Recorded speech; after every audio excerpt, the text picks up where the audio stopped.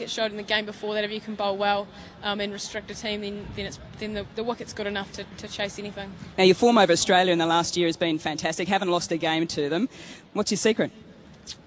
I don't know. I guess we've just got a lot of belief in our 2020 form, and this form of the game seems to suit us quite well, and our records suggest that as well. But coming in today, that really means nothing now, and we've got another 40 overs to prove that again.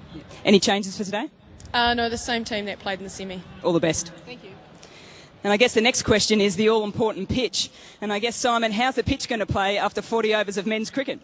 Yeah, thanks very much, Mel. Obviously, I think the Australian decision to bat first is a correct one. They've won the toss. They've decided to use the surface and then try and use what they can later on to restrict New Zealand to under whatever they score. It's a really good surface still. We saw Graham Swan get a little bit of turn in the last match for the English. I think it will spin a little bit for the ladies. Apart from that, they really haven't scuffed it up too much at all. A couple of little areas down here where the spikes have gone in, but not really too much. It still looks like a really nice batting surface. Had some good sun on it for the last 3 hours. So hopefully, I guess it'll be a good game. Australia got to put some good runs on the board because New Zealand have batted pretty well throughout this tournament.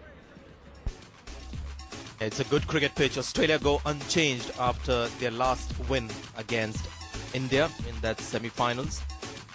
So an unchanged team for Australia, and they've got plenty of bowling options. Watch out for Ellis Perry, fast bowler. We saw some off spinners from Stalekar. Of course, their captain is in good form. He was the player of the match in the last game. New Zealand have made the one change. Aaron Birmingham makes way for Shan Ruck, left arm seamer, so one change as far as New Zealand is concerned.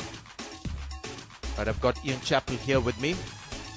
Well, just enough time in between to get set for another important match of the day. Yeah, we've had a terrific men's final. In fact, it's been a pretty good tournament all around. This promises to be an excellent women's final. Two teams have been at each other's throats for a while now. Of late, New Zealand have had the better of Australia.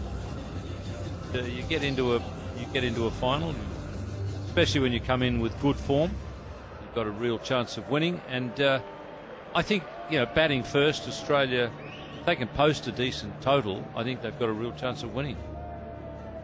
Something that we've seen before with the two teams, their form coming into the finals, just like it was in the men's finals, has been very good. Ian, have a look at that. Unbeaten Australia.